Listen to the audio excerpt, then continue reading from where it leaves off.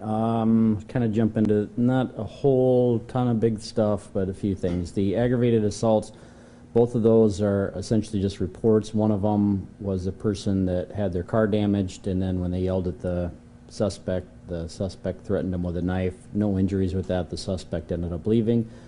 Almost the same thing with the second one. That was a person that was threatened with a knife. The one assault was a domestic. The burglary, that was an attempt at a home. Disorderlies are all reports that involve juveniles. The embezzlement was a car that was loaned out. Family offenses, some more reports. Nothing super huge with the larcenies. Probably the one unusual thing was an attempt where somebody tried to steal an ATM. And this happened sometime overnight. We get a call just before 3 a.m. This was for the ATM. They did not take it. They didn't leave with it. Doesn't sound like they were able to get into it. They just simply knocked it over. When the officers got there, the bulldozer was still running. So that's essentially it. The bank has cameras. No, I guess we haven't got the footage yet, basically. So nobody they contacted had access to that. So we don't know if it was one person or multiple people that were involved, and still investigating that. We know if keys were left in the vehicle, or how does that? Yeah, that I don't know. I'm sure there'll be more follow-up today, getting hold of the construction company to find out if, and I think we've seen that before in other cases.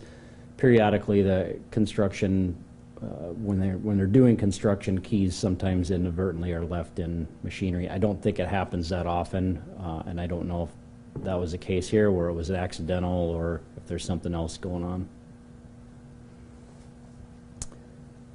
The other larcenies, a lot of shopliftings and bicycles stolen, surprisingly. A few packages as well, but nothing high dollar. No big quantities on the narcotics. Sex offenses are all reports. A couple of sex offenders didn't register, but no arrests on any of those. No aggravated assaults got lumped in with the simple. Sometimes that happens, but the simple assaults primarily were domestics. Vandalisms, we had a couple of graffiti cases.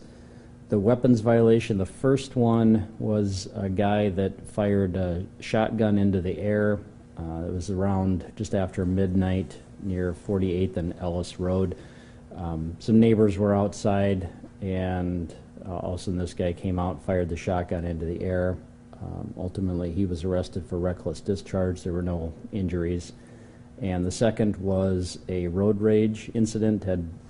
Began with one vehicle, cut off a second vehicle, and then the drivers kind of started exchanging words and gestures, and the suspect ended up holding up a gun, didn't point it at the victim, but held up the gun. So they went their separate ways after that, so no arrests at this point on that one.